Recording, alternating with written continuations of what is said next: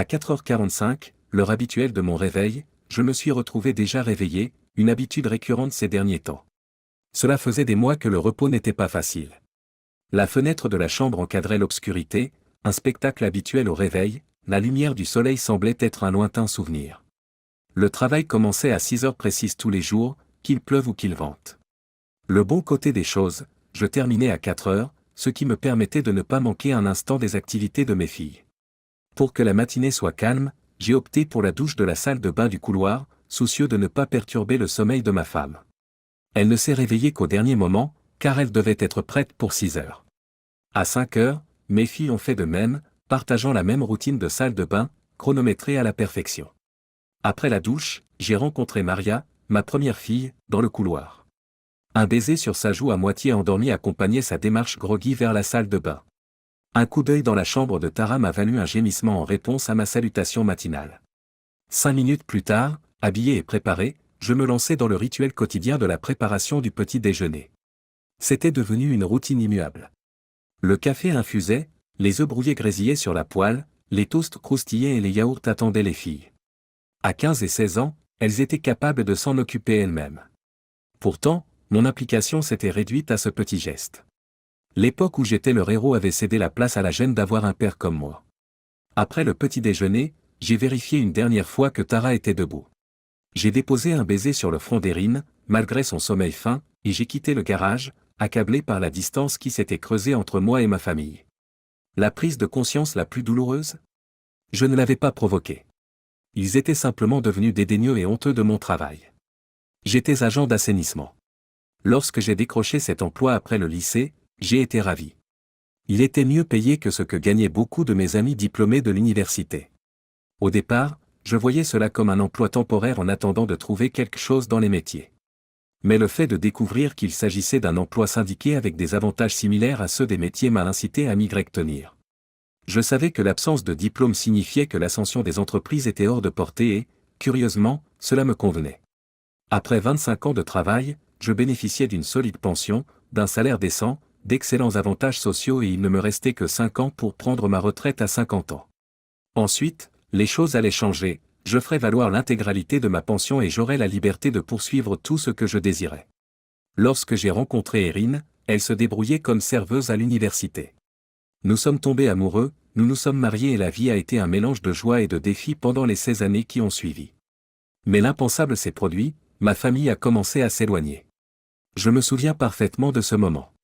Lors d'un match de softball de Tara, un autre père s'est enquis de ma profession.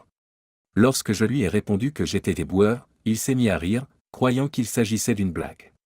Ma femme et ma fille ont eu vent de sa réaction, et cela a marqué le début de ma descente.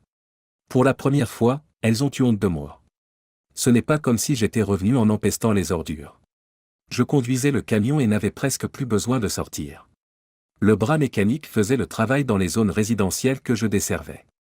Cela faisait des années que je ne m'étais pas occupé de la partie la plus difficile. Bien sûr, il y a eu des périodes difficiles, mais tout n'a pas été sombre pendant un bon moment. J'ai même pris une douche sur le chantier avant de rentrer chez moi tous les jours. Ma famille ne s'est jamais plainte. Ils n'ont jamais caché mon travail à nos amis. C'était juste un travail, pas différent de celui d'un charpentier ou d'un policier. À partir de ce moment-là, tout a changé. Peu de temps après, ma femme a obtenu une promotion à la direction de la banque où elle travaillait. L'augmentation qui en a découlé n'a fait que creuser l'écart entre nos revenus. Cela ne me dérangeait pas, j'étais fier de sa réussite, mais je suppose que cela la dérangeait. Elle a commencé à s'habiller plus chic et à s'offrir des bijoux. Cela ne me dérangeait pas, à 42 ans, elle était encore superbe et j'aimais la voir habillée. Ses jupes mettaient en valeur ses longues jambes, et les talons, eh bien, ils lui allaient à ravir. Elle a également commencé à offrir plus de cadeaux à nos filles. C'est peut-être la goutte d'eau qui a fait déborder le vase après l'incident.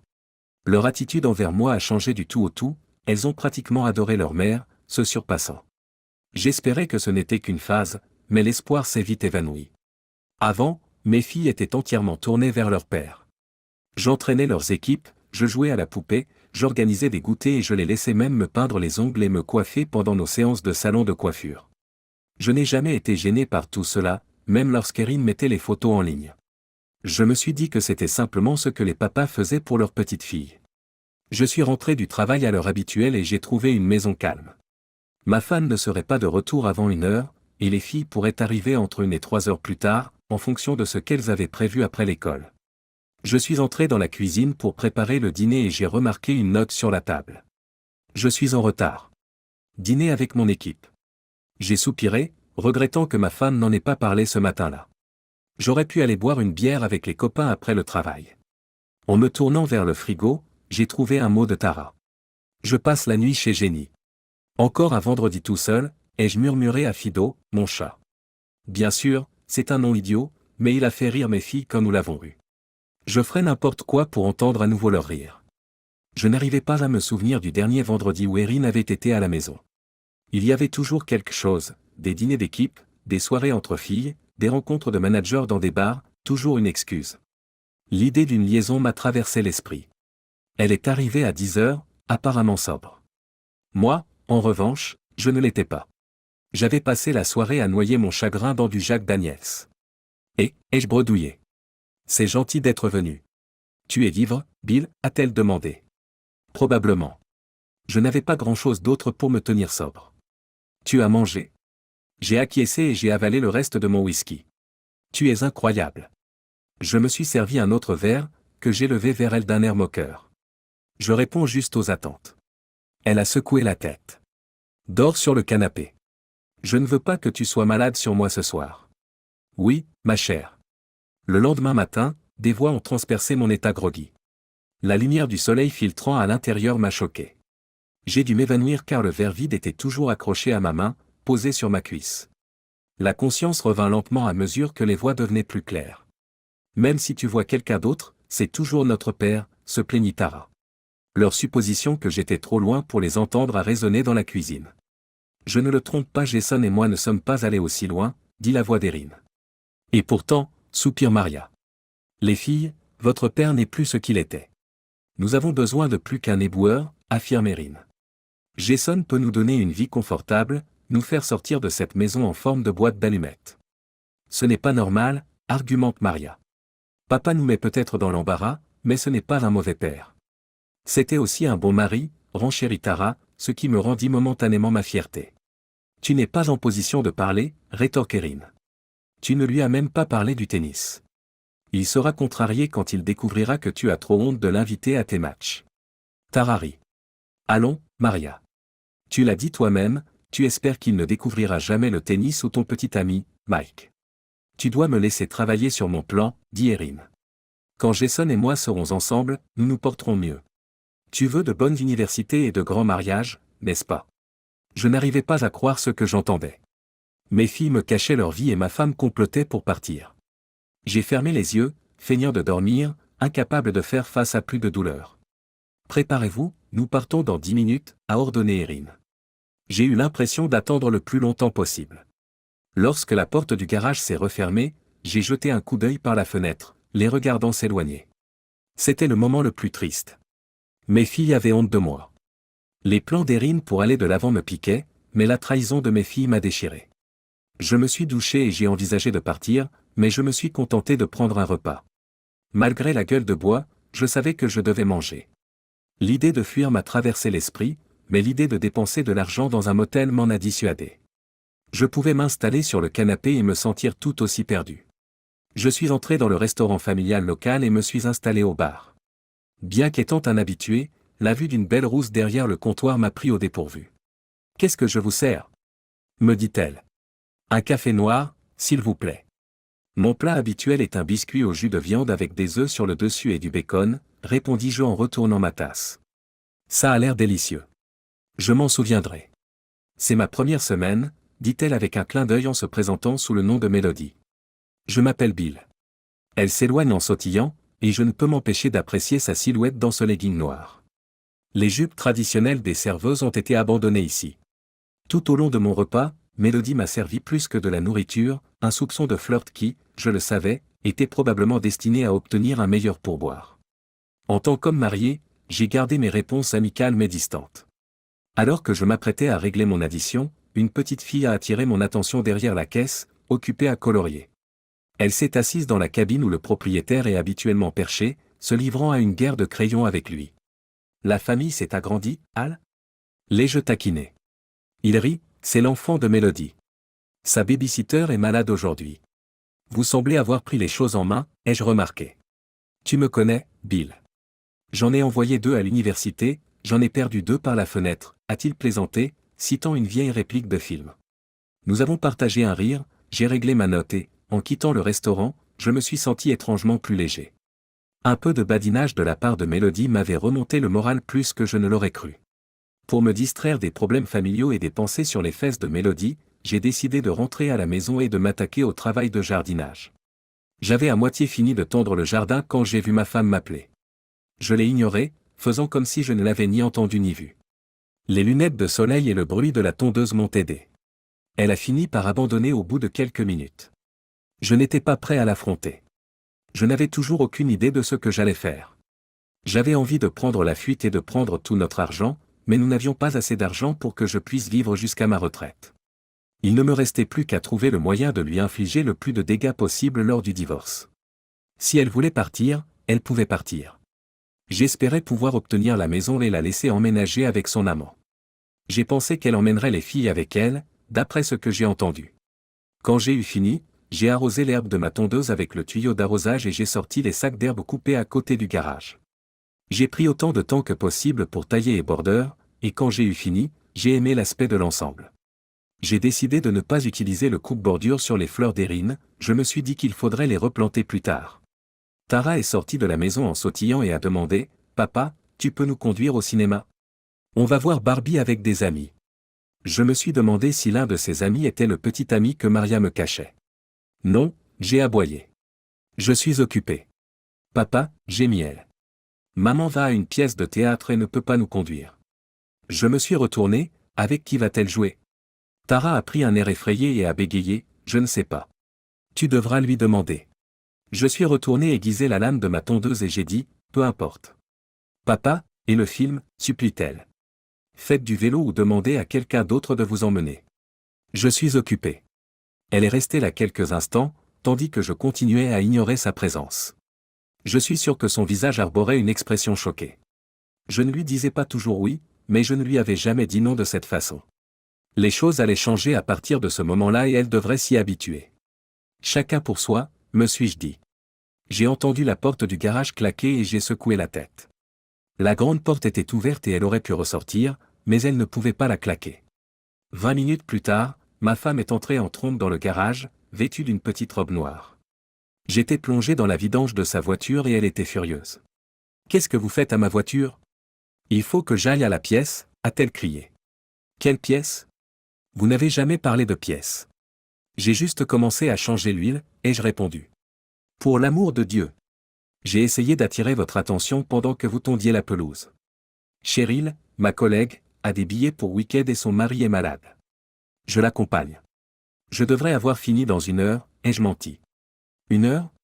Les gars de Jiffy Lube le font dans 20 minutes.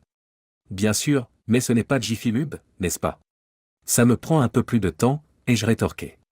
Elle a jeté un coup d'œil au moteur avec l'entonnoir qui dépassait et le filtre à air mis de côté avant de rentrer en trombe. Il n'y avait aucune chance qu'elle prenne mon camion. Il n'était pas en mauvais état, elle refusait simplement d'y mettre les pieds. Sa Mercedes de luxe était son véhicule de prédilection. Je me suis demandé si elle se rendait à la pièce avec son petit ami. Ce serait intriguant de voir qui viendrait la chercher. 10 minutes plus tard, mon soupir a résonné lorsqu'un Uber est venu la chercher. Quelques instants plus tard, dans l'allée, une voiture remplie d'enfants est arrivée et mes filles sont montées à bord sans dire au revoir. J'ai passé la soirée à me plonger dans les lois sur le divorce, apprenant que la situation n'était peut-être pas trop désastreuse pour moi. Le point fort ? Comme Erin gagnait plus du double de mes revenus, je paierais une pension alimentaire réduite et elle me devrait une pension alimentaire. Le meilleur ? Alors que la pension alimentaire prendrait fin dans quelques années, la pension alimentaire continuerait à être versée, selon le calculateur en ligne de l'État que j'ai utilisé. Le lendemain matin, j'ai suivi ma routine et j'ai pris une douche, bien que la journée n'ait rien de particulier. J'ai décidé de prendre un petit déjeuner au restaurant et d'aller voir le match des Sox. Cela m'a fait mal de savoir que nous y serions allés en famille s'ils n'avaient pas été trahis. Les filles adoraient les Sox et assistaient à leur match. Assis au bar du restaurant, j'ai salué le visage joyeux de Mélodie qui sortait de la cuisine avec un pot de café. « Bonjour, Billy.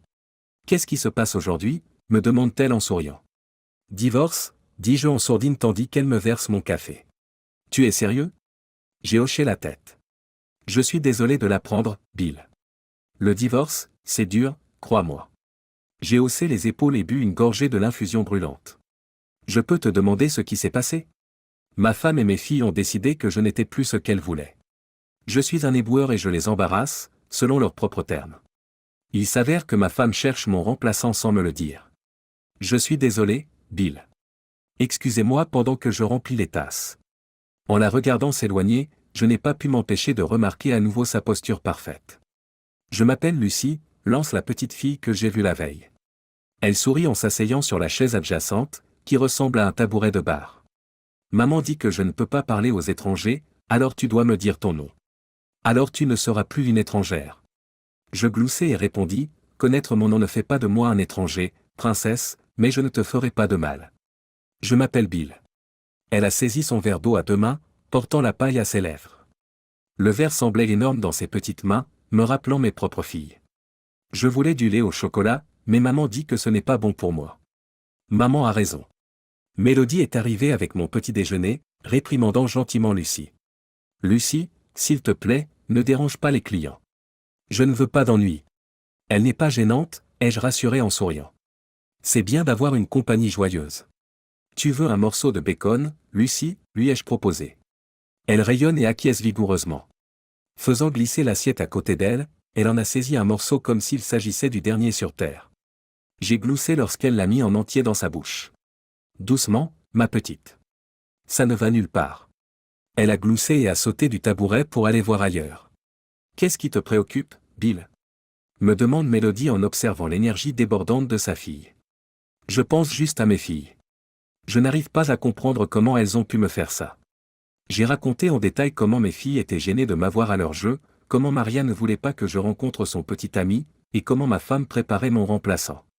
Je me sentais complètement foutu. Mélodie m'a touché l'épaule et m'a demandé, « Ça va? » Je vais bien.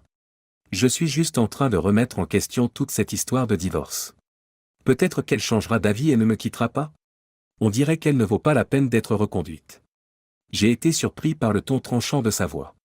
Probablement pas, mais je n'ai pas de meilleures options. Il n'y a pas de file de femmes qui frappent à ma porte. Elle a ri. Bill, tu n'auras pas de rendez-vous pendant un certain temps. Tu ne peux pas sauter d'une femme à l'autre. Ça ne marche pas comme ça dans la vraie vie. Je savais qu'elle avait raison. C'était stupide de ma part de m'inquiéter de trouver une remplaçante à Erin immédiatement après avoir mis fin à nos relations. Elle a tourné mon visage vers le sien. Écoutez, vous avez l'air d'un type bien. Ma fille vous a parlé. Il lui a fallu 3 jours pour parler à mon patron. Elle doit voir vos points positifs. Je me suis esclaffé. Tu ne le remarques probablement pas parce que tu es si dévoué à cette femme, mais il y a des femmes qui te regardent en ce moment. Tu es un bel homme et tu es en bonne forme physique. Si tu t'habillais un peu moins comme un vieux fermier, tu serais un sacré parti. Vieux fermier? J'ai pleurniché. Elle s'est remise à rire, un son que je commençais à apprécier. Yep. Chapeau John Deere. Un t-shirt blanc avec une poche. Un vieux Jean. Tu as même un mouchoir rouge qui dépasse de ta poche arrière. J'ai haussé les sourcils. Quoi, lance-t-elle? Tu crois que tu es le seul à regarder les fesses des gens? Allez, mangez. Elle s'est éloignée pour s'occuper de ses tables, épargnant au moins mes chaussures de sport de paire, tachées d'herbe, stéréotypées et dignes d'un mème. Vous savez, les New Balance spéciales. Au bout de quelques minutes, on m'a resservi mon café. Il n'a pas fallu 2 bouchées de mon petit déjeuner pour que Lucie revienne s'asseoir sur le tabouret à côté de moi. Maman a dit que je devais te laisser seule. Tu ne veux pas que je te laisse tranquille, n'est-ce pas? J'ai ri et je lui ai tendu un autre morceau de bacon. Non, princesse. Tu peux me parler. Pourquoi tu manges toute seule? Tu n'as pas de petits-enfants, demande-t-elle. J'ai forcé un sourire et j'ai répondu, avant, mais ils sont plus grands maintenant. Aller manger avec leur père serait ennuyeux pour eux. Vous ne leur donnez pas du bacon? Je me suis esclaffé et j'ai répondu, absolument. Mais ils ont grandi avec moi. Ils préfèrent les yaourts aujourd'hui. Elle a froncé le nez et s'est exclamée, Burke, c'est dégueulasse. Finissant mes derniers biscuits et ma sauce en soupirant, j'ai dit, eh bien, princesse, je te verrai plus tard. Tu pars déjà? Mélodie est apparue derrière nous. Oui, je vais au match et je fais un saut à Home Depot, ai-je répondu. Ça a l'air sympa. Je n'ai jamais assisté à un match, a-t-elle remarqué. Oh oui, c'est la journée des enfants aujourd'hui. Quand mes filles étaient petites, nous y allions tout le temps. Elles étaient tellement excitées à l'idée de courir sur les bases qu'il était difficile de les faire sortir du terrain. Cool, dit-elle. Ayez une. Je n'arrivais pas à y croire, mais les mots sont sortis de ma bouche, tu veux venir. J'étais surpris, je n'avais même pas pensé à demander. Non, on ne peut pas faire ça. C'est. Viens, maman, s'il te plaît. Je veux courir sur le terrain, ajoute Lucie. Tu sais courir sur les bases? Demandai-je. Elle a hoché la tête avec enthousiasme. Oui, j'ai joué au T-ball l'année dernière. Je faisais partie des Bears. J'ai jeté un coup d'œil à Mélodie en souriant. Alors, maman? Qu'est-ce que tu en dis? Le match est à 13h. On a tout notre temps. Elle hésite, se mord la lèvre, mais finit par dire, d'accord. J'aurai fini à 11h quand la cantinière arrivera. Tu es sûr que ça ne pose pas de problème? Absolument. Lucie se met à applaudir avec excitation. Je passerai te prendre à 11h, alors. En réglant l'addition et en faisant mes adieux à Al, je n'ai pas pu effacer le sourire de mon visage. Mais qu'est-ce que je faisais? En entrant dans le garage, j'ai déposé mes sacs Home Depot sur l'établi. La voiture d'Erin était absente, mais je l'ai ignorée. J'ai enfilé mon vieux maillot de Paul Conerco et j'ai trouvé ma fidèle casquette des Sox, la même tenue que je portais à chaque match avec les filles. Papa, on va au match, demande Maria. Non, je vais au match. Qu'est-ce que tu veux dire? Tu y vas sans nous, proteste-t-elle. C'est vrai. J'ai mis mon chapeau et je l'ai laissé dans le couloir, déconcerté par ce changement soudain. En sortant de l'allée, j'ai aperçu Erin qui s'arrêtait. Elle a klaxonné et m'a fait signe, mais je suis passé devant en l'ignorant. Quelques instants plus tard, mon téléphone a sonné. Oui, répondis-je sur le haut-parleur. Qu'est-ce qui t'arrive ces derniers temps? Erin grommelle. Je ne suis pas sûr de ce que tu veux dire. Pourquoi tu ne nous emmènes pas au match? Je me suis esclaffé. Je me suis dit qu'il fallait que je m'habitue à faire des choses sans toi et les filles. Il y a eu un long silence avant que je ne mette fin à l'appel. J'ai choisi de l'ignorer lorsqu'elle m'appelait, ne tenant pas compte de ses messages, qui se résumaient la plupart du temps à « appelle-moi » ou « tu fais l'imbécile ». C'était ironique, oui, j'étais un con, mais c'est elle qui me quittait. Sur le plan émotionnel, je m'étais détaché, sachant que notre relation était terminée. Je ne pouvais pas rester avec quelqu'un comme elle. L'idée persistante qu'elle cherchait toujours à s'améliorer me harcelait. À 11h, je suis entré dans le restaurant et j'ai trouvé Lucie au bar, en train de terminer un panier de frites recouvertes de ketchup. On dirait que quelqu'un aime le ketchup, ai-je plaisanté en m'asseyant à côté d'elle. Elle a souri, les lèvres barbouillées du condiment rouge. Bonjour, Bill, a appelé Mélodie depuis la salle de bain, en s'approchant. Nous sommes prêts. Je voulais juste qu'elle ait un petit quelque chose pour qu'elle n'en veuille pas trop au parc. Je sais à quel point les choses peuvent être chères. Oui, les prix du stade ne cessent d'augmenter. La mort et les impôts sont les seules certitudes de la vie. Elle est assez jeune pour entrer gratuitement, et nos billets ne coûtent que 10$, ce qui n'est pas si mal pour la journée de la famille. Journée de la famille, demande Mélodie. Je croyais que tu avais parlé de la journée des enfants. Oui, ils ont changé le nom. Quand mes filles étaient plus jeunes, c'était toujours la journée des enfants. Je sais ce que vous pensez, je n'essaie pas d'eux. Elle me coupe la parole. Ne t'inquiète pas pour ça. Je sais que ce n'est pas un rendez-vous. Tu es encore marié et tu essaies de trouver un peu de bonheur. Je ne vois pas d'inconvénient à ce que nous en soyons les bénéficiaires. En essuyant la bouche de Lucie, elle m'a souri. On y va? Pendant le trajet jusqu'au stade, j'en ai appris davantage sur sa vie. Elle avait été mariée à un buveur invétéré qui n'arrivait pas à garder un emploi, lassée de ses mensonges, elle l'avait quitté.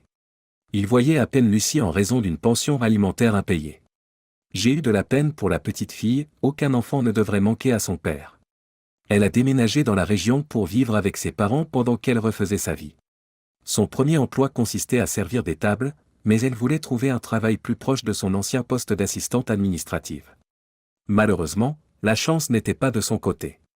À 31 ans, elle était plus jeune que moi, mais elle avait une maturité que seule la maternité, le divorce et les moments difficiles peuvent cultiver. Le match s'est déroulé sans grand suspense. La petite Lucie a terminé de façon impressionnante 2 hot dogs et un Coca-Cola, son tout premier soda, à en juger par sa réaction. Dans la 7e manche, nous avons fait la queue pour que Lucie puisse courir sur les bases. La file d'attente était longue, mais elle aurait sa chance. La mascotte de l'équipe a diverti les enfants, au grand soulagement des parents. À ma grande surprise, j'ai aperçu Jacques Dorsey, le directeur de la Little League de notre ville, avec ses enfants. Nous les avons invités à nous rejoindre dans la file d'attente et j'ai fait les présentations. Jacques, je te présente mon amie Mélodie et sa fille Lucie. Pour que les choses soient claires, je ne m'éloigne pas d'Erin, nous allons simplement voir un match de baseball ensemble. Avec mes filles qui ont grandi, je n'assiste pas souvent à des matchs ces temps-ci. Jacques s'esclaffe. Je comprends tout à fait. Heureusement, j'ai encore un petit. C'est la dernière année de junior dans cette ligue, il aura bientôt 14 ans. On dirait que je vais devoir trouver quelqu'un à qui emprunter un enfant. Nous avons partagé un rire. Bill, écoute. Si tu cherches quelque chose qui te permette de rester impliqué avec les enfants, nous avons besoin d'un entraîneur de T-ball cette saison. Ardaley a pris sa retraite et a déménagé en Floride. Oh non, c'était l'entraîneur de Lucie, s'exclame Mélodie. C'est vrai? Au moins, tu connaîtras déjà l'un des enfants de l'équipe, Bill. Réfléchis un peu et tiens-moi au courant. Les inscriptions débutent en février, alors tu as le temps si je ne trouve personne. J'ai souri et j'ai dit, tu sais quoi? Je suis partant. Pourquoi pas? La perspective d'être entraîneur m'a apporté une lueur de bonheur, ce dont j'avais cruellement besoin. Excellent, a répondu Jacques. Vous connaissez la marche à suivre pour avoir déjà été entraîneur. Cela n'a pas changé. Je t'enverrai le dossier et nous te mettrons sur les rails. Le match se termine et il est temps pour les enfants de courir les bases à leur tour. L'excitation de Lucie était palpable. Mélodie semblait s'amuser comme une folle, s'imprégnant de la joie de sa fille et de l'excitation générale d'assister à un match de baseball. Bien que notre équipe n'ait pas triomphé, nous avions quelques jeunes joueurs prometteurs, et je me réjouissais de cet aspect. Lorsque nous avons quitté le parking, Lucie s'était assoupie. Mélodie est restée silencieuse pendant la majeure partie du trajet, avant de s'assoupir à son tour. Comme j'avais garé ma voiture au restaurant et que je ne connaissais pas l'adresse, je suis retourné à l'endroit où j'avais garé ma voiture.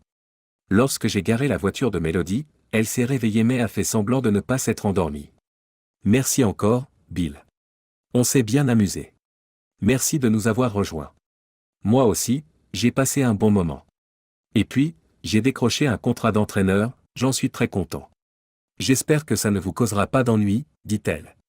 Emmener une mère célibataire à un match n'était peut-être pas la meilleure idée. Je me suis esclaffé. Honnêtement, je m'en fiche un peu. J'y allais de toute façon, et le fait de t'avoir à mes côtés rendait les choses encore plus agréables. Elle a souri. D'accord, Bill. Merci encore. J'ai aidé Lucie endormie à s'asseoir dans son siège auto et je les ai salués pendant qu'ils partaient. En soupirant, j'ai repris le chemin de la maison. Je ne savais pas à quoi m'attendre, mais il fallait bien que ce mariage en ruine prenne fin à un moment ou à un autre. Si je devais les confronter, elle et les filles, ce soir-là, l'issue ne serait pas différente de ce qu'elle serait plus tard. Retarder la chose ne ferait qu'exacerber les choses. En entrant dans la maison, j'ai été accueilli par une cacophonie de cris. Les voix se mêlaient en un tumulte indiscernable de cris, de hurlements et de clameurs. Je les ai laissés se défouler pendant que je prenais une bière et que je m'installais à la table de la cuisine. Ils ont fini par s'essouffler et j'ai enfin eu l'occasion de parler. Je répondrai à toutes vos questions si vous répondez d'abord à l'une d'entre elles. Ils ont tous accepté. Qu'est-ce que ça peut me faire? S'est emporté Erin. Erin s'est emportée, comment ça, pourquoi tu t'en soucierais? Tu es mon mari et le père de ses filles. C'est pourquoi tu devrais t'en soucier. Je secoue la tête. Non, ce n'est pas la bonne réponse. Je vais attendre que tu trouves une solution. Erin a demandé, je ne sais pas ce qui t'arrive, mais j'exige une réponse. Pourquoi agis-tu ainsi? Vous savez très bien pourquoi j'agis ainsi, dis-je calmement, malgré l'agitation qui règne à l'intérieur. Vous savez tous pourquoi, et pourtant vous continuez à faire semblant. Cela se termine ce soir. J'en ai fini avec vous, et même si je vous aimerai toujours les filles, je finirai par passer à autre chose. Tara se met à pleurer, maman, regarde ce que tu as fait. Tu as tout gâché.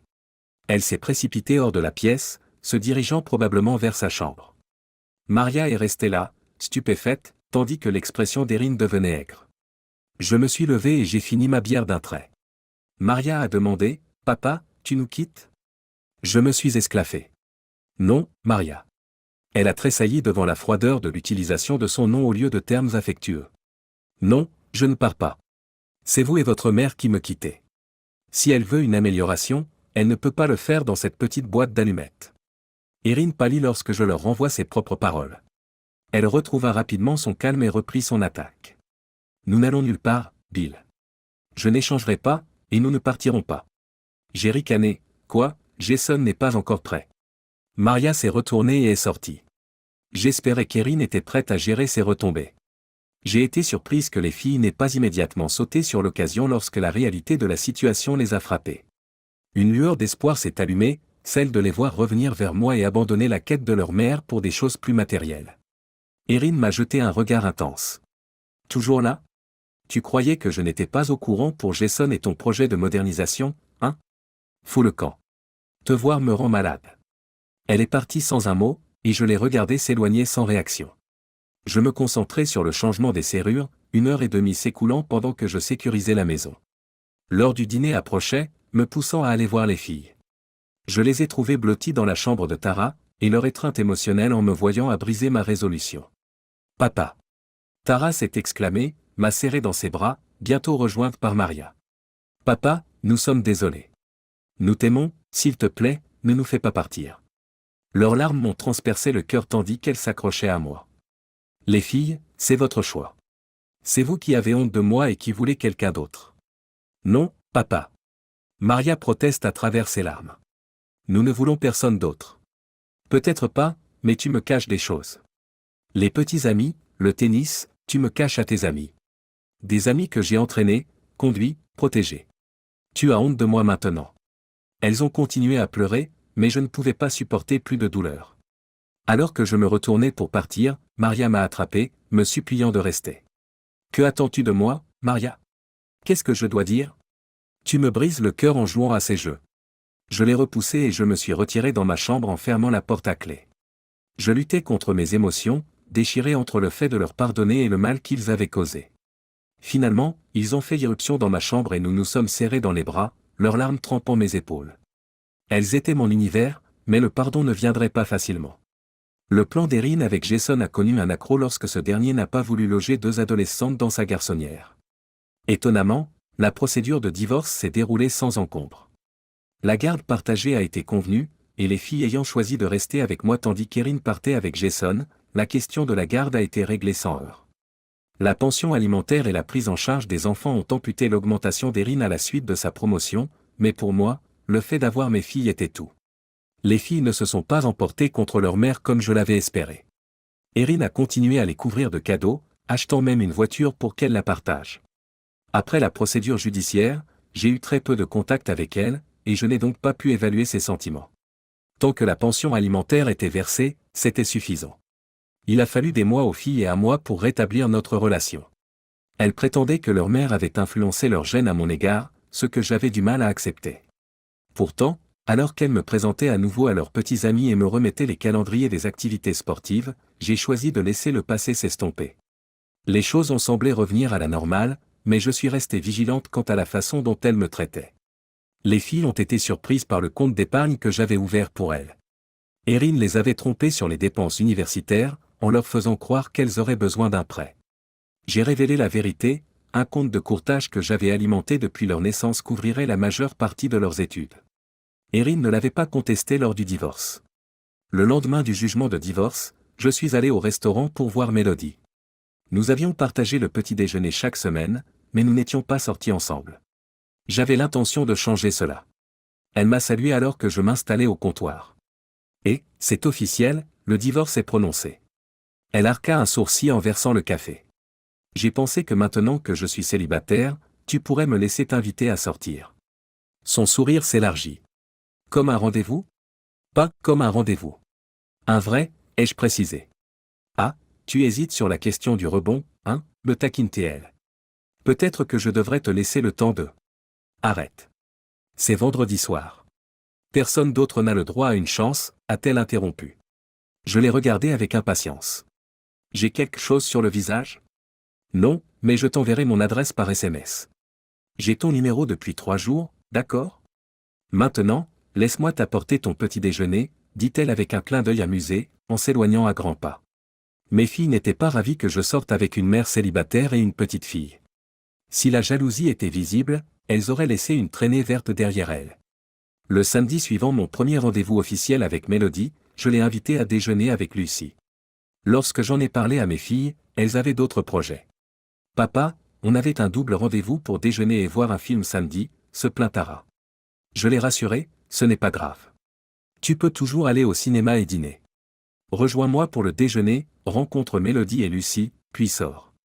Tara est partie et Maria m'a embrassé sur la joue, nous serons là, papa. Je voulais juste m'assurer que tu ne nous remplaces pas. Elle est partie en sautillant, comme si elle avait triomphalement contré une menace qu'elle supposait que je représentais. Leur attitude m'a troublé, mais j'ai essayé de m'en débarrasser. Je me suis levé tôt, j'ai préparé ma sauce barbecue et j'ai préparé les côtes et les cuisses de poulet. Pendant que les côtes cuisaient lentement, j'ai préparé ma sauce barbecue. Je n'étais pas un chef de fosse, mais maintenant que j'étais célibataire, j'ai décidé d'acheter le fumoir auquel Erin avait toujours opposé son veto. Je me suis rendu compte qu'il y avait beaucoup de choses que je m'étais refusé à cause d'elle. Alors que je préparais la salade de pommes de terre, on a sonné à la porte. J'ai essayé de répondre avant mes filles, mais elles m'ont devancé. Mélodie n'était pas encore entrée que mes filles ont commencé à lui poser des questions. Où habitez-vous? Où travaillez-vous? Quel âge avez-vous? Es-tu divorcé? Elle ne la laissait pas parler. Les filles. Maria et Tara, reculez, s'il vous plaît, suis-je intervenu. Je suis désolé pour elle, Mélodie. J'ai jeté un coup d'œil à mes filles, intriguées par leur comportement. Ce n'est pas grave, Bill, répondit-elle gentiment. Elles sont protectrices, à leur manière. Son sourire était tranchant comme une lame de rasoir. Quoi qu'il en soit, j'ai continué. Voici Tara et Maria. Les filles, voici Mélodie et Lucie. Lucie s'est cachée derrière sa mère. Je m'attendais à une petite fille extravertie, mais elle semblait réservée. J'ai pris la main de Lucie et l'ai fait sortir de l'abri de sa mère. Elle a jeté un coup d'œil à mes filles renfrognées et s'est retirée à mes côtés.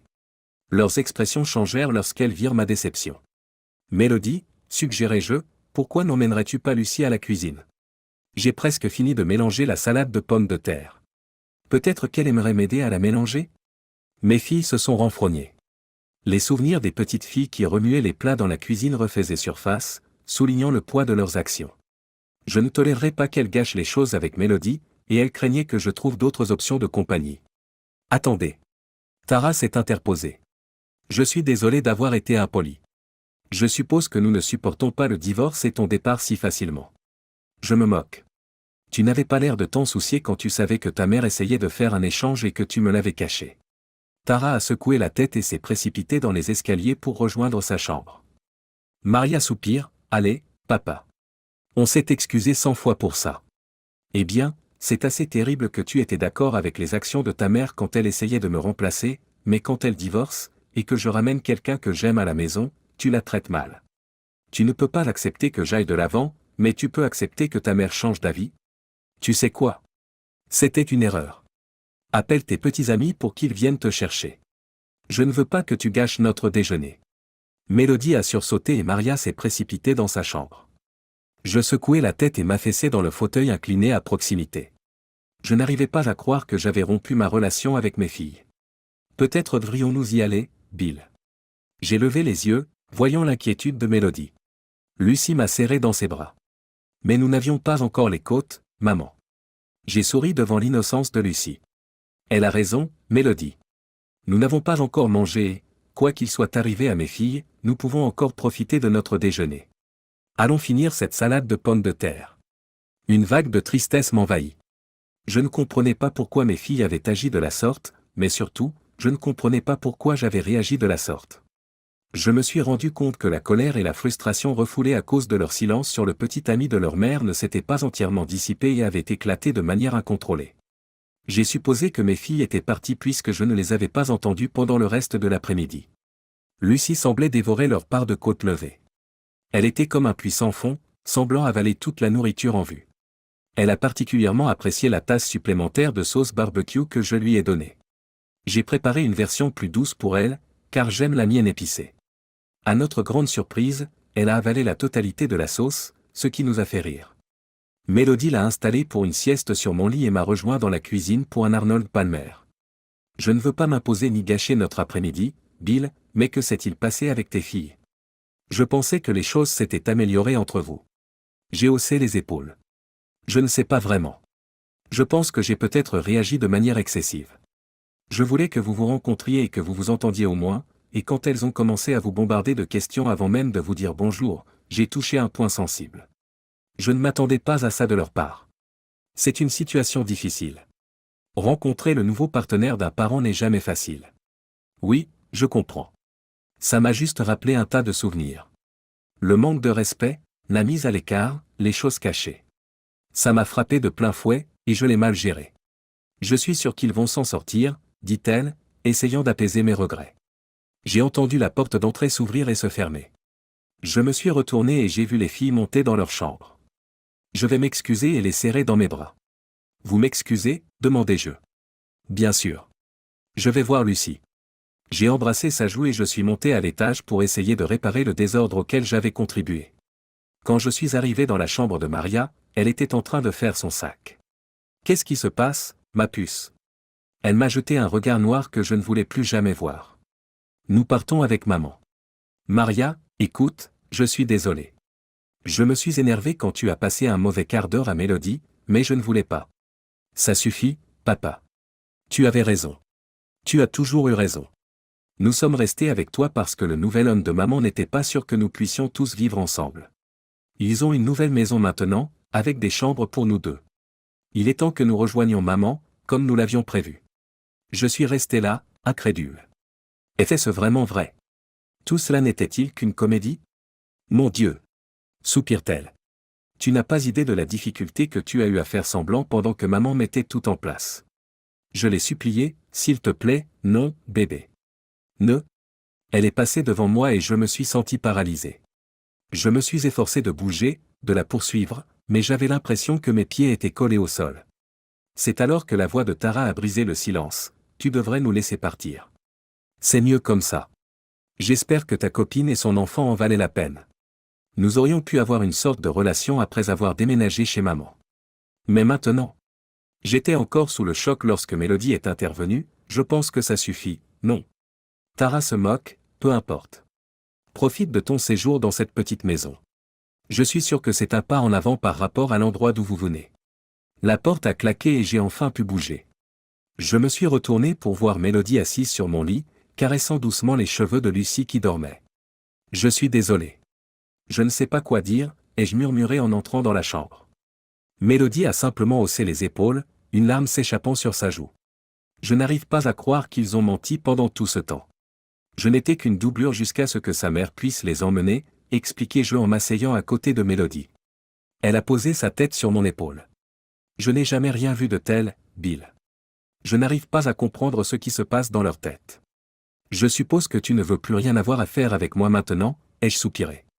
Elle a levé la tête et m'a embrassé sur la joue. Rien de ce qui s'est passé ne change ce que je ressens pour toi. Je voulais avoir une bonne relation avec tes filles, mais je ne vais nulle part. L'influence de leur mère est dans tout cela. Je ne les ai pas élevées de cette façon. Je me sens anéanti.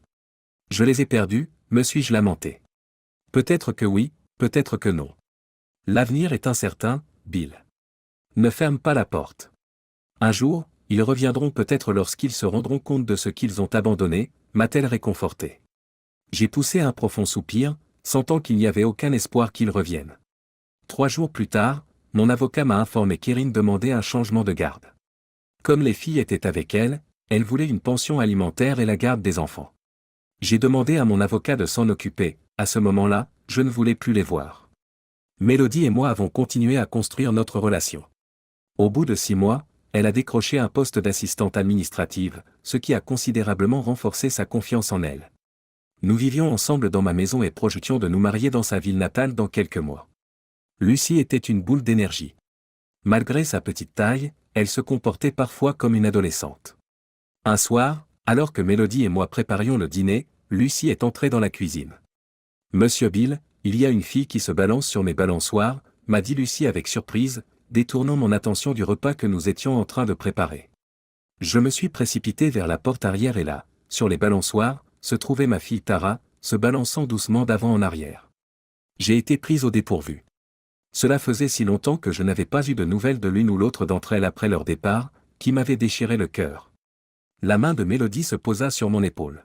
« Va la voir, Bill. Il y a quelque chose qui ne va pas. » Une poussée de colère m'a traversé comme un éclair. L'idée que quelqu'un ait pu faire du mal à l'une de mes filles m'était insupportable. La porte coulissante s'est ouverte dans un bruit sourd. Tara nous tournait le dos et tenta de s'enfuir en entendant le bruit. Tara, attends. J'ai crié. Elle m'a ignoré et s'est mise à courir. Le temps que j'atteigne l'entrée de la maison, sa voiture descendait déjà la rue en trombe. J'ai senti Lucie me prendre la main et me demander, c'était ta méchante fille. Je l'ai soulevée et j'ai répondu, elles n'ont pas toujours été méchantes, Lucie. Il fut un temps où elles étaient aussi gentilles que toi. Mélodie a demandé, de quoi s'agit-il? Je ne sais pas, chérie. Mais il y a quelque chose qui ne va pas, et je dois aller voir ce qu'il en est. Je leur ai dit au revoir en les embrassant et j'ai traversé la ville pour me rendre chez mon ex-femme. Tout au long du trajet, mon adrénaline est montée en flèche, et la colère est montée comme de la bile dans ma gorge. Si voir rouge était une chose réelle, j'en aurais été aveuglé. Je me suis arrêté devant leur somptueuse maison dans le quartier chic. La voiture de Tara était dans l'allée et la porte d'entrée était grande ouverte. En m'approchant de la porte, j'ai entendu des cris à l'intérieur. Je suis entré dans la maison et j'ai vu Maria en larmes sur le canapé, tandis que mon ex-femme criait après Tara. L'abruti avec qui elle était n'était nulle part. Arrête de mentir, enfant gâté, a aboyé mon ex-femme quand je suis entré. Maria m'a vu et s'est précipitée vers moi. Papa. Elle m'a serré très fort dans ses bras, et j'ai eu du mal à lui rendre son étreinte. Tara s'est précipitée dans sa chambre et Erin m'a jeté un regard noir. Qu'est-ce que tu fais ici, Bill, cracha-t-elle, les yeux plissés de colère. Je veux savoir ce qui se passe avec mes filles. Oh. Ce sont tes filles maintenant? Pas un mot depuis des mois, et soudain tu veux à nouveau jouer au papa. Eh bien, va te faire foutre, les boueurs. J'ai tenu Maria à bout de bras, en lui serrant les épaules. Qu'est-ce qui se passe, Maria? Rien. Erin a crié. Retourne à ta poufiasse et laisse-moi m'occuper de mes filles. Tara descendit les escaliers, agrippée à son téléphone et l'air effrayé. Maria dit à Tara, montre-lui. Elle m'a tendu le téléphone avec une vidéo prête à être diffusée. J'ai été stupéfaite de voir la preuve indéniable que Jason les espionnait. La rage a envahi mes muscles, chaque fibre s'est tendue. J'ai rendu le téléphone à Tara et j'ai fixé mon regard sur Erin. C'est une erreur innocente, Bill. Elle réagit de manière excessive, insiste Erin. Citrouille, combien de fois l'a-t-il fait avant que tu ne l'enregistres? J'ai demandé, en essayant de garder mon ton ferme. 3, sanglote-t-elle. Erin a répliqué, arrête de mentir. J'ai ouvert les bras et Tara s'y est précipitée, pleurant contre ma poitrine. Les filles, dis-je aussi calmement que possible, allez faire votre sac. Vous rentrez à la maison avec moi. À ma grande surprise, elles se sont précipitées à l'étage. Je ne pouvais qu'espérer qu'elles suivaient mes instructions. Je ne pouvais pas laisser mes filles avec ce prédateur. J'ai fixé un regard dur sur Erin. Je suppose que Tara vous en a parlé et que vous ne l'avez pas cru. C'est pourquoi elle a commencé à enregistrer ses douches. C'est juste un malentendu. Il pensait que c'était moi dans la douche. Étiez-vous à la maison quand elle a enregistré cette vidéo? Elle baisse le regard, puis le relève d'un air de défi. Oui. Avant que je puisse répondre, l'abruti a franchi la porte.